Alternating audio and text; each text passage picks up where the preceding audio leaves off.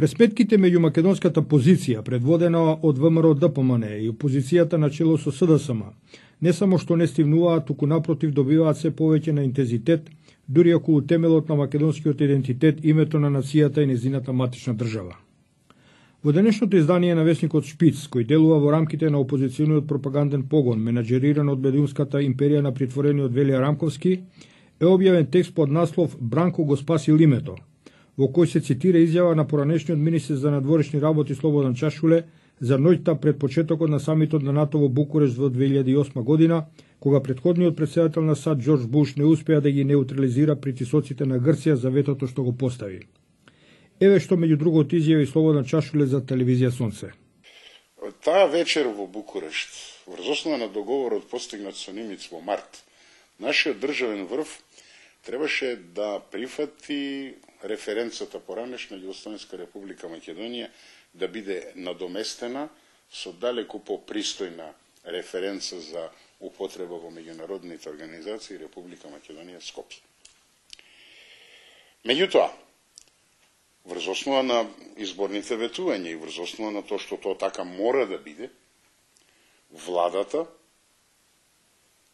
излезе со многу јасно, прецизно толкување што и да се случува и со референцата, мора да оди на референдум. Тоа не е прифаќање на промената на референцата, туку тоа е барање единствениот повикан за ова прашање народот, тоест граѓаните на нашата држава, да се изјаснат прифаќаат или не, бидејќи ова со референдумот не му одеше одрака на тогашниот претседател на државата Бранко Црвенковски, тој вечерта, не можејќи да одбие, побегна, кога американците бара и тој да биде присутен, и тоа што е договорено со Нимиц и со претседателот Буш, кој отиде во Букурешт со прецизен став дека Македонија ќе биде членка, да се реализира. Од друга страна, грците не можеа да го прифатат овој договор, иако се согласија, заради тоа што видоа дека постои во Македонија политичка сила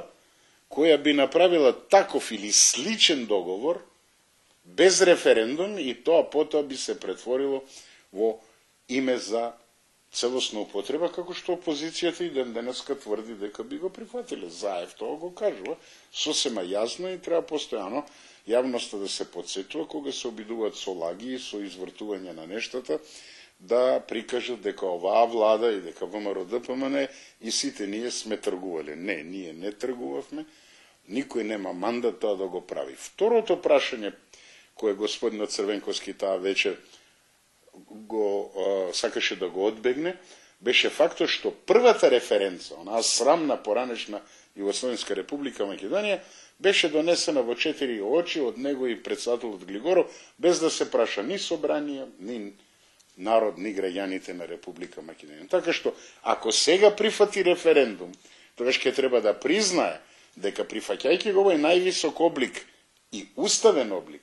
за договарање околу атрибутите на суверенитетот на државата,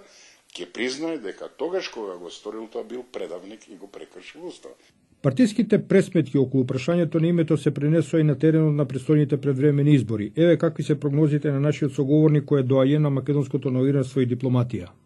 Аз мислам дека тие освен што ќе создадат многу проблеми, што ќе го одложат веќе договореното компромисно решение за замена на ФИРОМ со Република Македонија Скопје, а тоа значи одложување на приемот во НАТО, тоа значи одложување на почетокот на преговорите со Европската унија, кои се за мене вонредно важни, не толку заради тоа што не сме блиску, туку заради тоа што во таа фаза Европската унија прво контролира одредени процеси кај нас, а нам очигледно тоа не е потребно, и второ,